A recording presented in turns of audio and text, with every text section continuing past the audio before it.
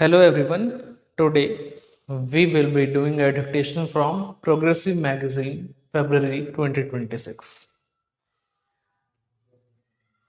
I will be dictating exercise 19. We will start the dictation in 10 seconds.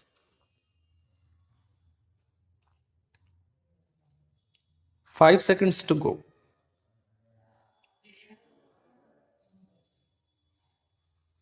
Revenue has to go into a consolidated fund. That is the mandate of Article 266 of the Constitution. It has to either go into the Consolidated Fund of India or the Consolidated Fund of a state. It cannot go nowhere, and I am afraid the draft amendment circulated leaves this question unanswered. I can understand the problem that you faced. I think, to the best of my understanding, the problem was how to avoid double counting, but I think there was a more elegant way of dealing with the problem of double counting. I think the draft is clumsy. Maybe it can't be rectified at this stage when we are in the final stages of debating the bill. But I would just add a word of caution that the drafting in this respect is rather clumsy. The second issue was, I think, an issue that could have resolved in 5 minutes. How can you, in a destination based tax, have a retrograde provision like some states being allowed to impose an additional 1%? What is the rationale of a GST? The rationale of a GST is that we must avoid multiplicity of taxes. We must avoid cascading of taxes, and we must be able to capture every taxable transaction. If you give to some states the power to impose an additional 1% tax, and in the bill that was circulated, it could have been imposed by more than one stage as goods pass from one state to another. It would have led to multiplicity of tax rates. It would have led to cascading, and it would have led to a situation where several transactions may or may not be captured. This was immediately pointed out, but I think the government was during that time, not today, rather stubborn. The chief economic advisor of the government pointed out that this was a retrograde provision and this should be scrapped, and I am happy that this has been scrapped. GST does not stand only for goods and services tax. It also stands for good sense triumphs. Ultimately, for good sense triumphs.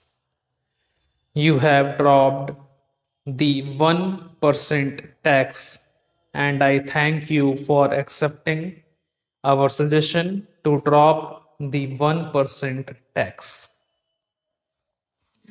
This would very well serve our purpose for GST as such.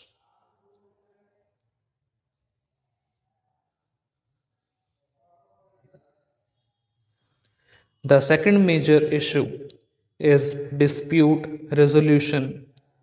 Now, please remember that dispute resolution between the center and states, between one state and one or more states, between a group of states and a group of states, is not a matter on which the Constitution is silent. Whatever we do here, we must acknowledge the fact that the Constitution is not silent on dispute resolution between states. Article 131 speaks loud and clear. It provides for a machinery for dispute resolution. Nothing that we do here can derogate from Article 131 unless you amend Article 131.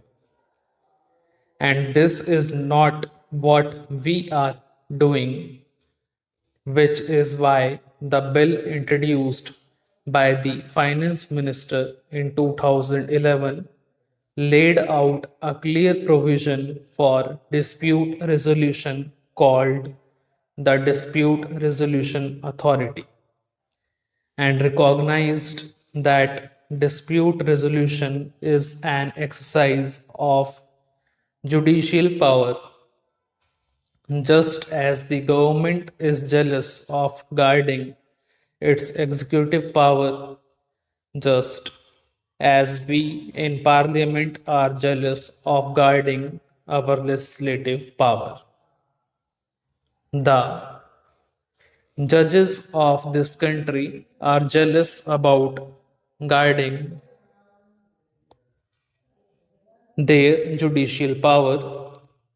Time and again, the judges have said, if you encroach upon our judicial power, we will strike it down. I still maintain that the provision introduced by the finance minister was the best provision, or clearly a much better provision than the provision introduced in the present bill.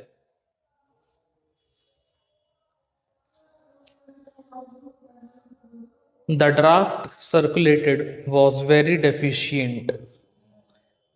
It did not even require a GST council to establish a mechanism. It says may lay down the modalities and in discussions with us, and I believe discussions with other parties, it was pointed out to the government that this is hopelessly deficient. You must oblige the GST Council to set up a dispute resolution authority, and it must be set up with back date. A mechanism cannot be set up after the dispute arises. That is the difference between rule of law and rule by law. In a country governed by rule of law, dispute resolution authority is known to everybody even before a dispute arises, so that you know if a dispute arises, you go there. If you set up the machinery after the dispute, that is not rule of law. That is show me the person and I will show you the rule. I am glad that some strengthening has been done to this provision. I would still urge the finance minister, if he is inclined to do that, to strengthen it during the course of this debate. He can move an official amendment. I would still urge him to say that